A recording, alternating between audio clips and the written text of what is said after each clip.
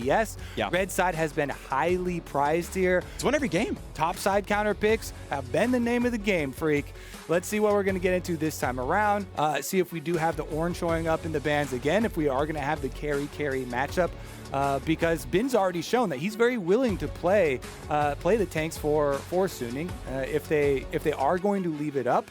And if you're in a situation where 369 is basically guaranteed to be able to get a counter pick on red.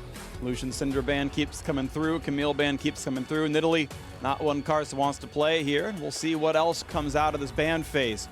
Bot lane has really not been the name of the game here. It's been top focused every single time, and it's counter pick has mattered. Getting the early blind pick tank hasn't been enough. We saw the old LPL standby. I went and looked at what are the top laners that are played in the LPL on blue side. Renekton is #1, and it has a positive win rate. Was not good enough over in game 3, so you gotta find something else. Last time Suning was on blue, it was Ornn. That wasn't enough either. I want to see what can happen, though. Yeah, I mean, Renekton is Bin's most played champion of all time, but in the semifinals in the LPL, 369 picked Quinn into it, and they also got ganks on top side, which subsequently kind of ran over the game. So they definitely have that in the back of their minds when they're considering these blind picks.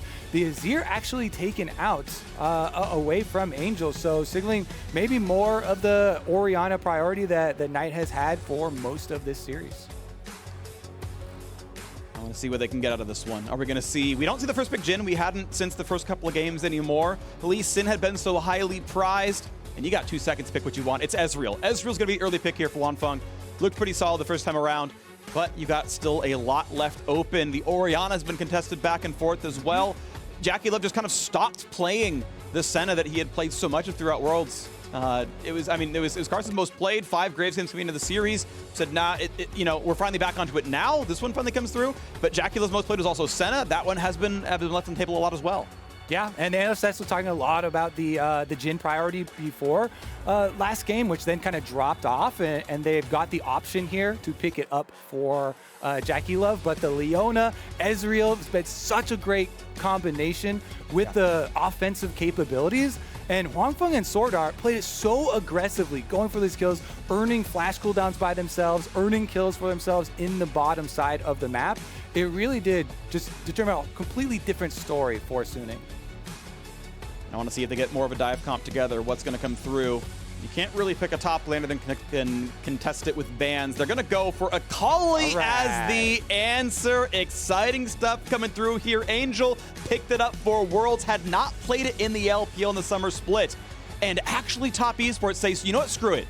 Take your top lane counter pick. We're grabbing Ornn right now. We are team fighting you, and we will ban away the counters to Ornn. Yeah, Ornn shows up as we were kind of expecting here, but not in the way that we thought it was going to. It's actually 369 and TES that blind pick for the top side. They've got both their solo laners locked in so early here.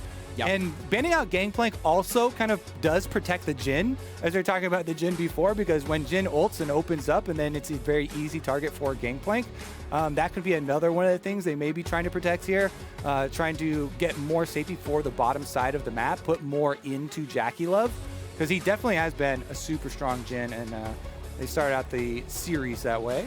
Still interesting that Top Esports actually blinded both solo lanes in this game. Orianna got answered by Akali. Yes, they of course threw in 2 bans to cover Ornn. That helps of course quite a bit, but it means their last 2 picks are going to be answering bot lane, which of course is also being answered by bans, by the way, right? Ezreal and Leona are blinded. They're throwing in the Senna ban. They're going to throw in a bit more on top of that one, and then we'll see if this 2-on-2 is going to look good enough for TES, because they said, okay, we're going to make you play against Ornn for the first time all Worlds.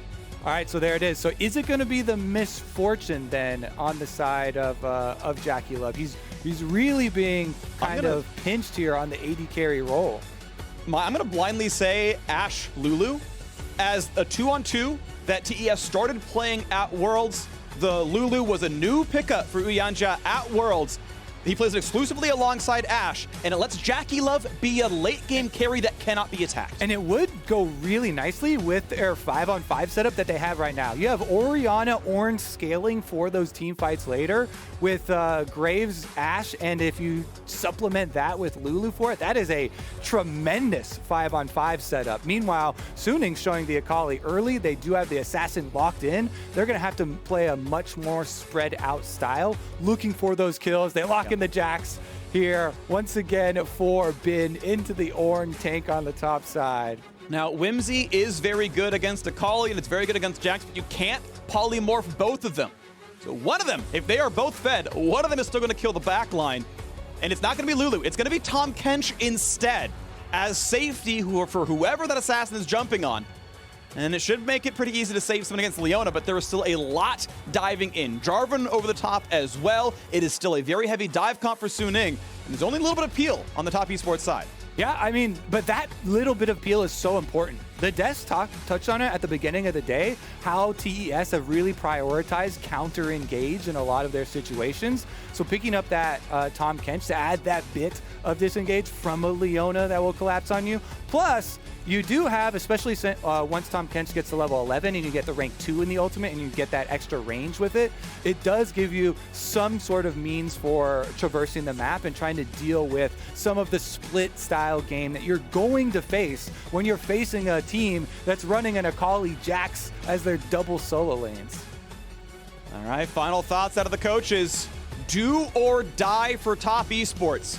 A week ago, they gave us the first ever reverse sweep at Worlds. It's not quite so dire. They managed to win game 2, but they've still got to win back-to-back games to stay alive at Worlds. Deep breath here, Freak. Yeah. Just best of ones you have to visualize from this point on for top esports. One game at a time. They are the LPL champions. They want to be the world champions. And a lot is riding on their shoulders. Meanwhile, Suning knows they're about to have the eyes of a nation on them. They took down JD Gaming, and they got 2 chances now. They got 2 chances to knock down top esports and be the last LPL representative left. And it'll be on Suning then to be the team to have the LPL 3-peat, to continue the LPL era. Otherwise, it's Damwon taking the trophy, and we are back to the Korean teams on top. We'll see if it can happen here. Top esports, can they win 2 straight, or does Suning close it out in game 4 or game 5? The Ornn comes through. They put a lot of faith on Jackie Love to be a big carry. On the Ashe, Tahm Kench going to keep the backline safe. A lot of assassination potential through. Bin, he is a carry top laner. He gets counter pick against the Ornn, grabs the Jax, has a Jarvan to maybe upset that matchup even further. And we are onto the Rift. Now, remember last game when they picked the Jax? It is such a fortuitous start for Bin because of the early attempted gank by Karsa and the jungle invade follow-up by SOFM, setting them up for that dive, all these early kills, the early money, the wave control set up to be able to bounce back that minion wave, all really set up Jax to become the monster that he was. This time around, you can't be expecting that same repeat of the start. But for Suning, they've got their eyes on the prize. And if you are the team from the LPL, you take out the number 1 and number 2 seeds, there is so much riding on your shoulders. With great power comes great responsibility, and they will have to deliver. Ward sweep does come through. They take out the early vision. And they're actually pulling with the Leona Ezreal lane. A lot of times with the Ezreal, they opt not to pull so that you can actually get to the minion wave so you don't get pushed in early on. Yep, not going to be the case this time around, though. They will happily go to lane late. Meanwhile, Karsa solos his red buff, takes the chickens pretty well as well. Always important to try to fight that from long range. You can apply red buff to multiple different units there as you fight that Raptor camp. Top laners back and forth. Quick bonk gets grasped. And level 2 first will come to Bin, and that will be something to play around. I think there's a very easy interaction for the Jax Counter-Strike. When 369 casts Bellows Breath, you wait till it's done, you start Counter-Strike, and you will dodge every possible attempt to break the brittle. And then once it's done, out you go. Plus, a little known thing for the Bellows Breath, it actually only applies Brittle on the end of the poof when he spits out the last little bit. So champions that have mobility, like Jackson, you can actually dodge out as long as, even if you get hit with the beginning of the Bellows Breath, if you dodge the last bit, you don't get the Brittle on Already you. on the bot lane. They have found the best target. They have found Tahm Kench. Yuyanjia is going to be hit here. He does not have much more to do. He's going to burn the flash. They find the knockup, though, on a Jackie-Love, and they're chasing for both. They're going to get the kill. Ashe is gone. First blood in, but there's a re-gank. How's the re-engage going to look? TP's coming in, but a little bit late on this side. They find the near site. They find a slow. They find the chance of the kill, and that's FM. It's going to be Carson trying his damnedest. Can he get the attacks? It's getting blocked by Huanfeng. Finally a kill, but they will trade him back. It's a 2-for-1 so far, and they want more. Send him back home. 3-1. Yuyanjia is gone. Well, looks like another fortuitous start, Freak, as this is a 1,000 gold lead for Suning. 3.5 minutes into the game. Bottom lane gank from SOFM on the Jarvan. What a clear from him. Gets in there, is able to force out the flash from Yuyanjia, make sure that he's far away from Jackie-Love, and Jackie-Love didn't flash the EQ from Jarvan here, so SOFM just changes targets. He goes right on Jackie-Love, no flash from him, he used the heal. Once that hits, Sword Art follows up, stunned up, and he is dead. Now they've got a numbers advantage if they decide to match your teleports, and this is gonna mean, again, so much for the game plan. Huanfeng there tries to flash in front of Karsa. So much time. He's trying to block the auto attacks from Graves because he can't get behind him. But what it really means is the ramifications for the bottom lane. Once again, the Ezreal Leona lane gets to play so aggressively here. Summoner spells were burned. Yes, Jackie-Love saved his flash. He went down. But it's the 2 kills to the Ezreal for your super early tier, so he's going to be stacking up very quickly. Interesting to see Huanfeng actually go for the more scaling option, because if I'm Jackie-Love here, I'm like, okay, we are not just going to get run Your over eyes in go bot lane. big, you look for kills, more damage. Well, I mean, ultimately, yeah. I mean, Pickaxe lets you really play aggressively and put TES down. And if you think that, hey, this lane is going to stop being volatile, look, we got our lead, let's just stack tier and get an early Muramana, that's fine, but you have kind of squandered the gold lead by not letting you win the 2-on-2 any harder. Well, he's got a double buff for himself too, so That'll help for a bit. That's definitely going to give power for the meantime. It also means, since so many cooldowns were used on the bottom side of the map, that Bin gets left alone in that top side matchup with the Ornn. Gets to consistently threaten 369, and since he uses teleport early, he trades aggressively, trying to force out the same from 369. Yeah, you want to try to get him to burn that as close as possible, get his health and mana back up. Wouldn't be much of a fight down here. Of course, level 9 on both. Temporary health and mana lead for 369. And he's got, yeah, and you can see, right, hops away from what would be the last part of the W, walks away. I believe he got grasp off just in time, but either way, doesn't mean too much. 6 CS lead. Karsa recalling near the lane if there is any kind of a gank. And constantly Bin jumps away to not be hit with the brittle. All right, now with this Jarvan, again, you're looking to make plays off of other crowd control that you have set up in your lanes, but you can also turn your eyes towards an Akali once Akali's level 6, because Knight's Flash was used already, long cooldown still left on it, and if you get level 6 kill for Akali, for Angel, it actually can snowball incredibly quickly for the side lanes as well, because then Angel gets to threaten for those roams, for those ganks. He would probably want to go purchase first. He still has not gone to get his first purchase back yet, but that can definitely be another point of pressure. So SOSM has a lot of options open to him. Meanwhile, Karsa, true to the whole series, still eyes on objectives. And Infernal Drake is the easiest Drake to solo. It has pretty mediocre single target damage output. It's not terribly tanky, so Karsa has no problems doing this on Graves. Of course, he did get 1 kill, so that's double longsword plus red smite in pretty early on. Even has some clutch honey fruit to be essentially full health and mana for the next part of this one. So the game state is a 500 gold lead versus a Drake lead, and that's not too bad. Huanfeng burns his teleport now to get back into lane. This time does have the pickaxe, and now he can start playing for the lane. So it's time for Jackie-Love's first recall. Doesn't get spotted. We'll see if it's... Okay, it is going to be towards the Blade of the Ruin King version of the build. Now, there's not a lot of health stackers on this team. Generally speaking, you know, you're not hitting that heavy of a front line, but it is 4x melee. You're going to get a lot of value out of Ruin King Hurricane. All right, he goes for the invade here and has the deep ward to do the confidence with. So with a pushing Akali mid lane here, not too scared of a possibility. Support roam's coming out pretty quickly, though. And honestly, I don't think there should be an overload on the invade. He does know that the smite was used. SOFM has smite, but can't see. Phase rush, decent damage. Ward control, back and forth. I like that. That's really smart. Chomp it, throw it out of range. No chance for SOFM to smite. Kills the control afterwards. Pretty well done. Yeah, quite nicely there. The support roam pays off, Freak. Yeah, it does. You got up to the top side. Red secured. SOFA will be pretty happy to take the Scuttle Crab, though, on his way out. And this does mean you will have 2v1 on the bottom side. Jackie Love's got double summoners, though, on the Ashe and level 6. And you can see the positioning on the mini-map. He's playing really safely back there. So Angel's going to fight over this wave a little bit as Knight pushes it down. Farm pretty close between these two players. Ultimately, wouldn't be a CS difference to write home about. Plus or minus 1 if Angel gets the entire wave. Bot shoved in. Jackie Love himself actually has more farm, and that's with him dying, right? At level 2 and then not having the TP to rejoin the lane. So the bot lane is being well played here on the TES side. They brought this game reasonably well back.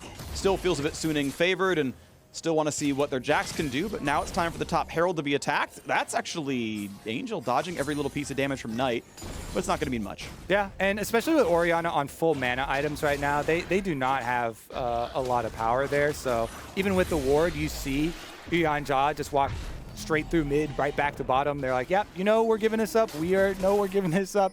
Everybody is in accordance because Sword Art and Huangfeng had just also gotten back off of their reset. You saw them trying to maybe bait a small engage at a Leona. Yanja just stayed in the fog before, said if you EQ in, I will eat afterwards, and then we can re-engage with their summoners down, or at least your cooldown's gone. Didn't mean anything, though. Bot lane's still about to lose his first turret, or turret plate, I should say. Kar's just sticking around bot side, hits a Scry's Bloom to see if there's any wards around, or if Jarvan was nearby. He wasn't. Now he is. Ultimately, it's going to be not too much pressure just yet from bottom side. They have to hand over blue first. Make sure it's not stolen by the red buff. That's just fine. But now here's the Herald summon in mid, and it's going to be just 2 quick plates. Angel could choose to share. Is he going to walk closer or not?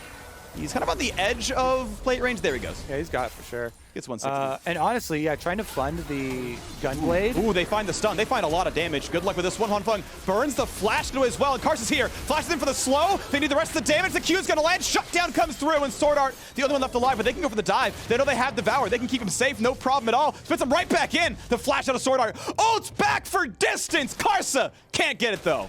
Yep, not quite there with the distance. You like the going for the play, though. Uh-oh.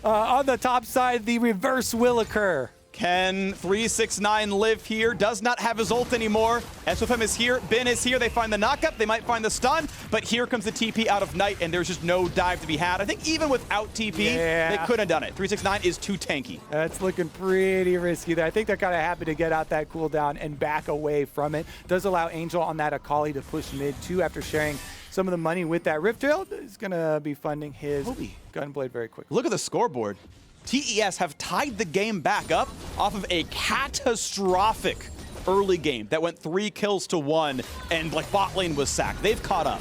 Again, as they showed in the previous game, they will not give up in these games no matter how bad it goes early on. Jackie Love in the brush, able to get the start on the Ezreal, and then flashes forward to finish this kill. And allow Karsa to rack in some of the money. So extra funds will go into the graves here. And be able to have a bigger presence around this Jarvan. This is going to be a completely offensive look here for Karsa. We'll see what area he can actually make his play off of. Ash Arrow right back up for Jackie Love. Easy wave clear. Nice Blade of the Rune King completion already there. That's going to be nice, but Manamune Sheen is not far off in terms of power, so still a pretty close 2-on-2. Always optimizing around, maximizing ward gold. Yanja always lets the 80 carry get the last hit. Usually saves the control wards there as well. It might mean Karsa can rejoin that bottom lane. 2-kill Graves, his most played of Worlds, and so far a great start. Sword Art roaming towards mid, goes through his own vision, but I believe spotted walking past the Drake. So they should know that he's walking towards mid. You can see Knight hugging the top side of the lane, and they don't know when Sword Art might recall, so he's continuing to play safe. Angel cannot force this aggression. Doesn't have the Cutlass done for the on-demand slow, so easy wave clear and Knight can walk away. And he can shoot the wall to check. Dragon going to be started right back up for TES, though, and it's going to be completed recall for SOFM. That means they will be able to start stacking them. Unless you get a Miracle Steal. I mean, Sword Art could ult. You know, there's always a chance. Now they know they see him on the ward as... Okay, easy smite. And I like the timing, though. If there's ever an early smite, you got the steal. And I think that's actually the best timing because none of your spells do more than smite. So hope he screws up. Yeah, exactly. I mean, if you're going for those ones early on, the damage of your ability is not really comparing to that of the true damage from Smite. Later on, you can get to different scenarios when you have AP mid laners getting tremendous amounts of burst, but Ezreal also not a really big cost to throwing that out early on. TES right now, get the raw stats dragons, though, right? Mountain and Infernal, they're just, you know, raw attack damage and ability power, armor magic resist. It's going to help a lot considering the fact that, I mean, they're actually on kind of a stat-stacking champions in general. So tend to like this quite a bit.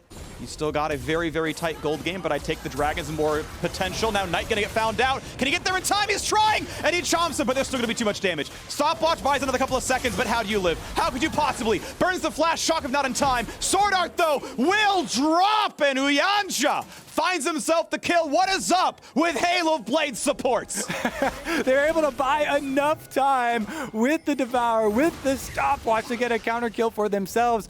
And as you're going over the Dragon setup here from TES, remember that TES are the ones with the 5-on-5 champions, with the setup here for fighting those later Dragon fights. It's Suning that are looking for the split plays. Suning with the Akali and Jax side lanes. I think I figured it out, Kobe. Why SOFM keeps doing G2 Flare. He's representing his group. It's like, this is for G2, all right? They fell too early at the World Championship. This is for you. All right, well, X-Flash into ultimate, into the knockup. Uyanja flashes forward for the Devour, gets him into tower range for a stopwatch, and you can tell from the minimap, you know, nobody else was coming at this moment, but they buy enough time just themselves to get a counter kill, and it is only money, you know, into Tom Kench's pocket, so it's not the biggest deal there, but it does buy a lot of extra time. It does mean they don't have the extra support on the map for roaming around, for getting your deep vision, so you kind of take back some of the map control and some of the time as a cost for going for that mid play. As a benefit, though, now Knight has no stopwatch, he has no flash, and you're facing a level 11 Akali, rank 2 ultimate here, ready to go, 4 kills on that Orianna. Right now, top's being pushed in. Karsa's still sticking around to defend. Ben's like, yeah, we're good. I love dabbing Pangu. Blue handed over solo. Pretty easy there for Knight. Actually gets help from Uyanja. I am curious what item 369 goes for. I think it's actually not correct to optimize around passive upgrades because you're just an armor stacker this game. Akali will never target you, and I think you can honestly ignore Ezreal spells. So I like Sunfire Bramble Vest. I'm just curious what he gets next. Yeah, probably we'll still see the Abyssal later as your little bit of magic, just because it's so efficient of an Ornn item upgrade. Yeah, it's just weird spending and getting like 1,500 gold worth of MR that just isn't a useful stat. Like, yes, you will take some magic damage, but I'm actually not sure it's optimal. It's maybe a longer discussion. We can place our bets. I like he may do it. I like discussions like this. You know, like they were mentioning the Shen itemization, whether you're going to go solo Q damage or team fight pro play cooldown reduction. I will bet for the efficiency of the Abyssal because, you know, you also have close range. You can make use of the aura for your ultimate for Orianna. True. Shockwaves to do a bit more damage. But what's your bet? I mean, Iceborne? No, okay, there's the catalyst. So it is Abyssal, but I think Iceborne wouldn't be a terrible choice. Regardless, that's going to be turret damage. Angel can walk up and help finish this one. Karsa can look up for the wave. And actually, I mean, Angel had the chance to walk up earlier, but of course he has to respect what could have been the re-engage. And in a wave or two, they will knock this down anyway. Yeah, and I think this is really important too. When you can open up, as we said, this mid lane for the Akali, this is your pretty decent point of power. Spellbook Knight has actually switched over to Ignite, Exhaust, Orianna, so he's going to be more fearsome than we thought as just somebody to try and pick on here. Anyway. Plus, he's got basically another summoner spell in his Seraph's Transform, so he's got the shield. That is a combat-ready Orianna freak. Yeah. Burns away. Now he's just got TP. I think he just like walked up and ignited and pieced it out. That's a stun though. That is good damage. He can't burn the W just yet. He's out of health, and that's a kill for Jackie Love. How does One Fun get away? He burns Arcane Shift. He burns Flash. He lives. And Jarvan is coming, but no one else can do so. Everyone else has an easy TP stop in the kit. they have to walk downwards. This is now called out. They know Akali pushed in the wave. Easy walk away for TES. And again, this is calculated from TES. These are not, random set up plays. They continually have the brush advantage. Jackie Loves fires these arrows off for bottom side because they know all they have to do is play to dragon fights. You're forcing a Jax team with an Akali to come 5-on-5, the Ornn Orianna setup. This is right into top esports game plan here. They're just full steam ahead. Yes, we're losing mid lane. Yes, you do have possibilities for outplays in 1v1 scenarios, in split push scenarios.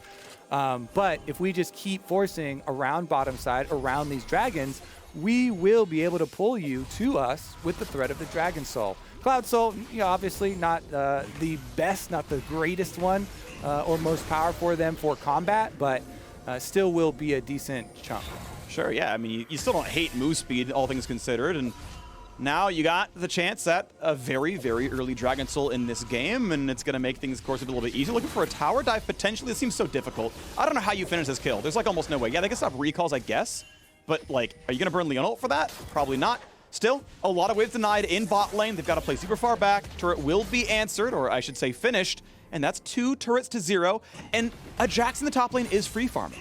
Yeah, sure, 369's held on pretty well as we get the replay of them fighting up there, burning the flash. But Karsa's here now. I believe, yeah, he went by a ward. The Umbral Glaive got triggered off the fact that it only does that if there's a ward nearby. So Bin's like, all right, I see you. I'll walk away. I'll just put my new trinket down soon enough. All right, so we are just going to have the throwdown then at the Dragon. And honestly, yes, they got 2 towers down here for Suning. But 3.5 minutes, that is your timer before TS are forcing at this Dragon Soul. So they really have to push into overdrive right now with these possibilities for these side lane plays. Things like forcing that flash out 1v1 from Bin are going to be where you try and make that punishment happen. Now you start roaming out Sword Art. He's going to be the kind of linchpin that brings it all together for you to bring the crowd control for the extra kills for this play. Early QSS in for Huanfeng, needs to be able to survive Ash arrows, more defensively with the Iceborne as well. Though he is facing a lot of magic damage, since the Orianna and Ornn are going to probably contribute a fair bit. Regardless, still goes for armor stacking because of Graves and Ash. I don't think it's wrong, just an interesting choice because you can go Triforce this game, I feel. Regardless, we already know the Catalyst was picked up. The rest of Abyssal Mask before too long for 369. We know Drake is in 230, and the Triforce should be done in time for Bin. Pros average about 400 gold per minute. That's an easy one to kind of keep in mind. It's 400 gold per minute, and in the course of 3 minutes, you get the 1,200 gold needed to get the rest of the item. This should be no problem for Bin. How many times have we scrolled over Raptor Camp to see that? But here we go, top side. Angel gets a pretty nice chunk. He sees a Tom Kench and says, okay, fine. Yep. Good move. And of course, we have a while till the Drake comes up, so he can go wherever he wants. Doesn't have to play around bottom side just yet. Karsa going to see SOFM. But that's kind of the benefit of the Cloud map is you run really fast around here, and you can usually dodge these skill shots with the bonus move speed. That's an easy recall stop. Almost gets the ward in time, lets the 30 gold go to SOFM. He gets it anyway by being the sweeper, and they do it for round 2. But now blinding him, they could go for the engage. The 369 ult here. Is it a possibility to kill SOFM? He burns his smite to get the movement speed and walks away. Minute 45 left on the Dragon Soul too, and honestly, the increase in pressure here from Suning is looking pretty good as they push in the bottom side. It was deterred a little bit top side when Tom Kent showed up, so Angel actually couldn't press any further forward on the Akali. I think that the ultimate will be up for the Dragon, though, so the attempt won't be super punishing if they decide to try and do the, let's push out the side lanes and then collapse for the pincer. Akali's going to feel safe all the time here. You can take a little bit of damage and then gunblade it back up. It's not a big issue. Karsa, he wants to recall around now anyway, but Suning can try as hard as they can to knock down the rest of top lane before that fight happens. You might not get to spend the money in time and reset, but now SOFM wants to go to the backside. He's going to look for Knight, finds it, jumps right back out, burns the ulti. Shockwave only finds damage. Good reflexes, Huanfeng gets Arcane Shift up in time, but I believe now Jarvan will be ulti-less for when this Drake fight happens. Angel will barely have time to finish the turret, recall, and show up, and he won't have time to go for a flank. Yeah, kind of interesting here, as mid lane priority will mean a lot leading up to the Dragon. Angel's going to push in top side. You have 30 seconds, so he gets to reset there. As you have to catch both mid and top side waves, this does give time for Suning to try and reset and bring their control wards over. Yeah. You say Uyanja already heading out on the Leona with his. Angel buys 2 more control wards for himself. They are prepared. SOFM knows he can easily get away from a 369 ulti with the flag and drag, so that's not going to be an issue for him. But the Drake is up in 10 seconds. Knight has come down. Angel has recalled and come across the map. Has the finish Leandries. No stopwatches on pretty much anyone. So if you can find that kill, if you can isolate them, that's going to be one going through. 369 not quite hit, though. And here comes the potential fight. Jackliffe a bit low. Yuanjia the same. Looking for a slow up towards Angel. He's going to be okay. Bin still pushing the bottom side. And Suning right now in control of the various lanes and the jungle, but now this could be a target. He's already jumped away once. We've got a slow and a freeze frame on my side. Yeah. This is a tough one because the fight's kind of happening. I hear it. We can maybe do it from audio. I feel like they caught up. We got an Ash arrow. It landed. They're trying the very best they can. I'm going to turn up my audio. Is it going to be enough? Flash is burning on one side or the other. Burr. I don't know if live is also paused like us. Maybe we sound just ridiculous right now. I think we let the game audio help it. Orianna dropped. That's huge. Orange still alive. Jarvan ultimate. Oh, and this is Suning looking great right now. Picking up several, but on the backside, Karsa's alive. 1v3. Can he kite it away? No, he cannot. Suning take the crucial ace right in front of the Drake. Right before your eyes, Freak. What a play from Suning. I'm expecting a replay out of this one. Don't worry about it. The Drake will be claimed. And the curse of Dragon Soul Point continues. Oh my gosh, it actually is evolving to a curse over this series. As once again, TES got the 3 dragons stopped by Suning in the jungle fight here. Here's the replay. All right, let's go for real this time. Ornn went in. They had already chased them off the dragon, and so they did start it up, but Sword Art finding the engage here on Tonight, having to flash out. That was huge as he goes in here. It's only Ornn's damage on Huangfeng. He's going to flash over with the Graves to finish it off, but Akali and Jax with the flanks running amok in the back side of it for the entire time. And there was that late Jarvan ult that we heard deep into the fight that allows the re-engage. And honestly, the carries dropped first. Ashe and Orianna died super early in the battle. Jackliffe still had flash. Uyanja, I feel like he ate kind of a bad target. Kind of only the Jarvan was threatening, and now round 2 going to find even more. Nice knockup. SOFM says, okay, you've got backup, no big worries. But the Asher is going to find it. Another QSS burn, but they can find it with 369. Not quite the knockup, but SOFM running low on health. Baron helps. They find another slow. Huangfeng low on HP, and they find that kill right in front of Baron. The health bar is so low, and it's going to force the recall away. SOFM can barely fight for this. His smite is down. Karsa's will be up. 5v4. Can they do it? Does TES take this fight? 3K down, but up a member. When does Bin go in? When does the squad rejoin? SOFM taking red buff so he can heal. Knock up onto Bin. They find a bit more. Leona cannot find the stun. Look for more, though. It's on Uyanja. He's not an easy target, and they're going to go for the re-engage. They're going to find the kill in a Sword Art. It's 5v3, and no one has found a kill, but they have gotten the Baron reset. And this means Huangfeng can come back alive, and he has TP. He can rejoin in 14 seconds. So go for the ward clears, and Suning feels comfortable. I like that, just poking them out, not committing to it, and allowing the reset here. Bin starts it back up after they clear all the wards, but he gets called off of it by the team. Maybe if you had like Death Dance completed as well, they try and force that, but no sneaky play there. That would be a bit of a flip, as they started to say. Yeah. 3,000 gold difference, 2 Drake lead, but that I don't think makes up for the fact that Suning feel more powerful. Angel joined Suning to replace Knight 2 years ago. And right now, he's looking great. 5-0 in Game 4 of the World's Semifinals. Better mid winning right now. Ooh. Yeah, Freak. Honestly, that last team fight in the jungle, that was so much for Suning. Turns out, the Angel of Death has come to Summoner's Rift, and he's come to send the souls of TES back to the fountain. 5 kills, 700 gold bounty on his head. Nice what try play from him? Suning decides to walk sideways. Could have EQ'd and buffered it against the incoming arrow. Would have been stunned to the other side of the wall. Didn't need it. He's totally fine. Bin still farming in the side of the map. 1, 1, and 3. 2.5 items. The Aegis is in. You can see that turret loses health very rapidly, but he cannot tower dive Knight, so back he goes. Okay, SFM getting a little deep once again into a risky position. See how he gets out of this one. EQ right over the Ornn, no problem. Not a problem at all, 369. His second most played in summer was Ornn, by the way. Definitely, a quite comfortable pick for him. TES, they won the LPL playing champions like this, fairly often. He had a pretty big champion pool, still played it several times. JackeyLove still farming, though. Still an incredible player. Has not had his best series, I want to be clear. I think he's really overstepped a lot of times, and we've had some mechanical mistakes from him.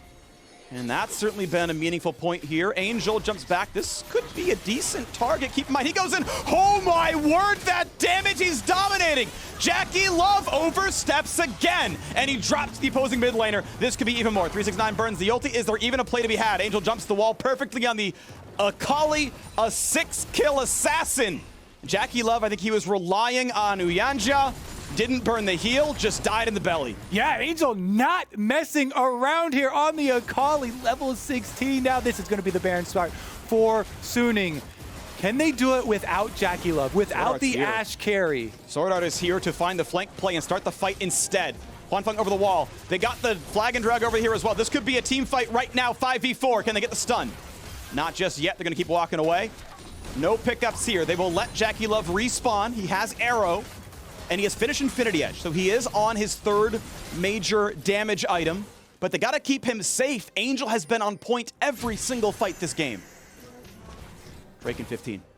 Incredible game from him on the biggest stage with the entire world watching. Teleport now used for him to push the bottom lane just to get the minion wave in place first for this dragon. This is the thing. The dragon soul points don't stop coming. TES still on that dragon soul point. Okay. They are more down in gold this time, and there's the engage. Stun, shockwave, big damage. Bin stays alive. A stun once again finds its target. Up at the top goes SOFM. Knockups even more. Here comes Akali over the top as well. Is it enough damage? Bin wants another. And JackeyLove drops yet again. They find kill 2. They will find kill 3. Suning will not be stopped. They will not be denied their vengeance from the regular season. And they will find another one. Now, Court, sure. Karsa finds a kill in a Sword Art, but it's a 3-for-1 team fight in front of an easy Drake and an easy mid tier 2. Yeah, Karsa gonna get one back for himself, but the rest of Suning back off for the objective. Eyes on the bigger prize for themselves. Teleports available on Bin, so Karsa can't pull any further heroics, can't go chasing anybody around, even the low health members, and that will be Dragon Soul number 2 stopped in the favor of Suning. As soon as Angel arrives, you know death will follow. He got there and he was able to chase down the dive onto Knight. He finds it. They take out the heart of the team fight here for TES once again. He has just been surgical. No death still left on Angel. And this is the original kill. Yeah. With that burn from the Leandri still. Goes down within the belly, still gets the kill. What crazy burst. Here's another look at the second round. Engage was onto Bin. They take out one of the big carries. The Jack's out of this fight, but the re-engage still. SOFM groups him up. 4 people there inside the Jarvan ult.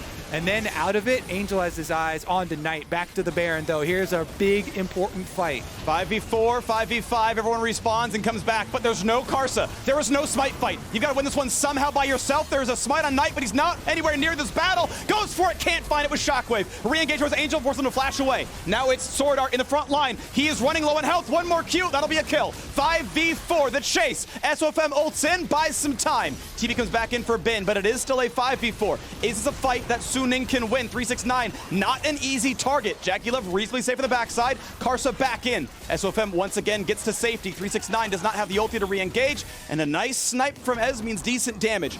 Baron for a kill, you take that every time. This is going to be, so much pushing power here with the Baron for Suning, and they've got the split push to do it. Yes, you don't have teleports, but you have very safe solo laners that can still accomplish it. And Huanfeng on the Ezreal, another safe carry, then go right up mid. They could push pressure all 3 lanes. Now TES, their eyes are getting so big at the moment, seeing the series slip away, seeing their world's run slip away before their eyes. After taking the championship in summer in the LPL, they have to make some tremendously big play right now. They have to try and catch SN off guard while they're split pushing. If they try and push all 3 lanes, they need to get a hard force. Jackie Love Ash Arrow into Ornn ultimate to try and get some picks. TES, you have to come back from 6,000 gold down. And with the Baron buff still on, we'll see how much more can happen from Suning Red Bull Baron. He's on a ward. He's going to be fine. Fighting over the big chicken. Takes it with Smite. Well done. Karsa still with a level lead. That doesn't matter. And no Ash Arrows coming across the map. All right. CC. I mean, he is actually very extended. If they can stun from Fog, they might actually be able to burn him down with Tom Kench stuff. But ultimately, Jackie Love has to be careful. Jackie Love will get devoured, will be safe, but that is an important cooldown missing, and mid lane tier 2 will drop. Time is not in top esports' favor right now. As the 1-3-1 takes its toll, they close in on all 3. There it is. Sword Art could be killed. He's going to run out of health. He's going to find a sense. It's not going to matter. Pick. Yes, turrets are picked off, but now can 369 find the re-engage? Can he get even more? SOFM going to kill the ward, but that is now flag and drag down. Still no play to be had. They're going to drop turrets on the various sides of the map. It's 6-0 in turrets, by the way. Ben is not an easy target either. They're just going to farm. They're going to look for Karsa. Can't get it just yet. SOFM going to dunk into this one. Ulti gets him to safety. 369 finally calls the play. They're going to get the knockup. Can they kill SOFM? He's going to get right back out to safety. The cooldowns are short enough. They don't get more than some health bar done. Baron still on for the members of Suning, so they keep up the pressure here, and there you go. That's why you get Warmogs. SOFM heals right back up after taking a brutal amount of damage on the previous pick. He can EQ over the wall again, heal back up with his Warmogs to stay out of combat, chilling in the breeze. Yep. 369 has to go back to base to heal. Knight wants in, cannot easily shockwave Huanfeng. Of course, very easy to Arcane Shift that one, and have to, you know, just ignore that play. Bot lane nearly gone. Mid lane at basically 1/4. They are chipping this away, and now here comes the big play. Shockwave not going to land, but Yuanja's right behind. Nice R into E, gets on the other side of that play, and that means Angel has R2 if he needs it, but now 369 in a 1v2 top side. That turret will fall. Great counter punch by Suning. Ben and SOFM have no problem knocking down that inhibitor turret. Huanfeng low on mana, but still enough for Arcane Shift. Means he is safe, but the Ash Arrow is back up. Can they go for the play? Maybe smoke screen into Arrow. Now that this is down, you should try. You should try. I know he has QSS, but at least force the cooldown. No, going top side. They will find Ben. He has the ward, though. He kept it the whole time to make sure he can make that play happen, but maybe the dive can still happen. Ornhorn is up in a second. Drake is in 23 seconds, and Ben is likely to drop. Has to burn the flash now. Here comes the Ornhorn. That is the last ward down. This should be an easy knockup. This should be a very easy kill. Ben should always die. Shut down sadly goes to Tom Kench, but the base is in shambles. They are attacking the bottom side, and Ez ult is going to stop some recalls. It's going to stop 3 recalls. We've seen these plays at Worlds before.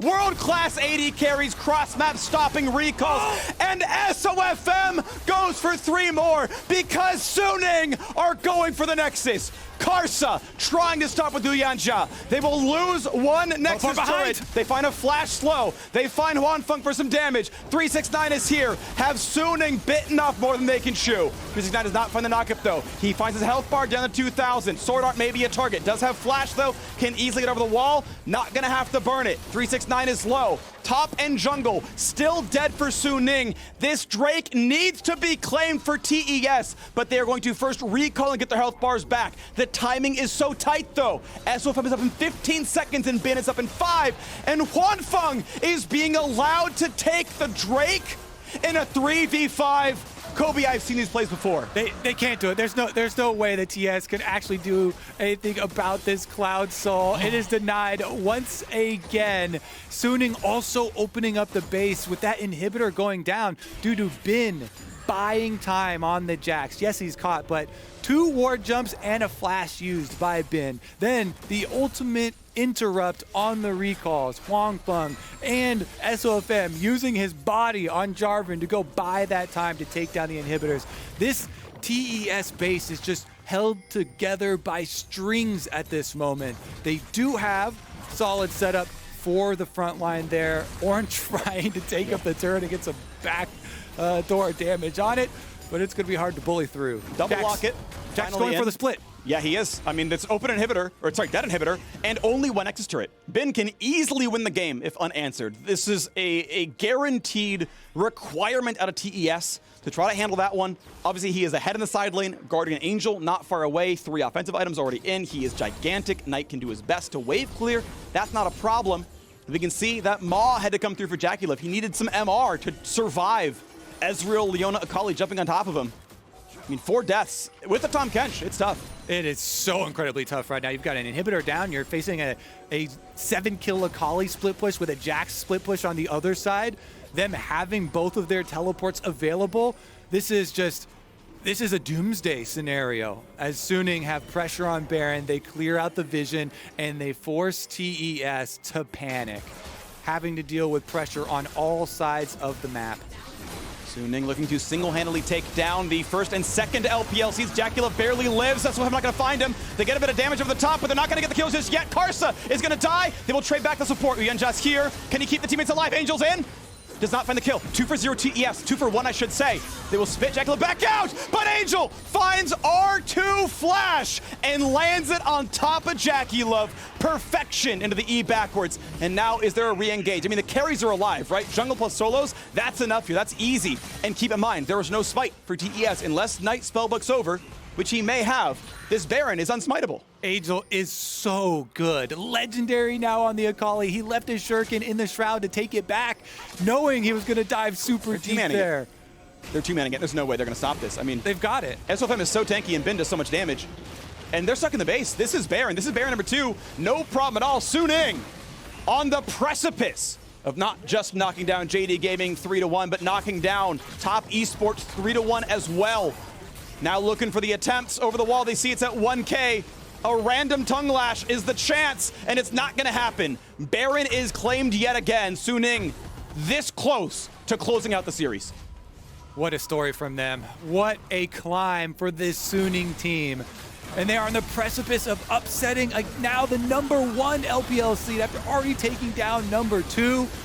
Here's the dive. They wanted to take advantage of JackeyLove. Uyanja gets the devour this time around, but Angel preps. He throws his Shuriken into the cloud, then uses his R2 to go for the execute, knowing he could just take his Shuriken right back out. Surgical maneuver, even with the Tahm Kench there protecting him. He takes down JackeyLove, setting his team up for the Baron. Magnificent performance from Angel, with the entire world watching, to get his team into the finals. And don't let the scoreboard that shows the game time and the Drake count fool you, because this game is not close. It's 10-1 in turrets. Suning have had control almost the entire game. They have a single turret between them and victory. And this Nexus is going to be very, very tough to keep alive. TES must try. Death Cap upgraded. Void Staff, they find a stun, they find another pick. SOFM is gone before he can do anything. That is the makings of potential. He is dead as the Drake comes alive. If TES can somehow keep their inhibitors safe and keep the waves in an okay spot, there is no smite to contest Dragon Soul. Lots of pressure, though, especially with the Baron still. They're just going to keep it up, even with SOFM down. 35 seconds left on his revive. With the Baron buff, you don't have to overextend to pressure these inhibitors. You see how safe they are, just buffing up these cannon minions. Top lane's not close. Bin just jumps 369 to half HP in about 2 seconds every single time. Karsa back on the map. I mean, can they even leave their base? There's so much pressure with the Baron buff on right now, and that's going to be on for a while. Even though you're 5v4 on the map, TES can't leave their base. Just keep them corralled until your jungler respawns here. JackeyLove tries to force the Arcane Shift by walking up for the attacks, and it's just not enough. Huanfeng just face checks and says, okay, sure, Q auto, and JackeyLove has to flinch.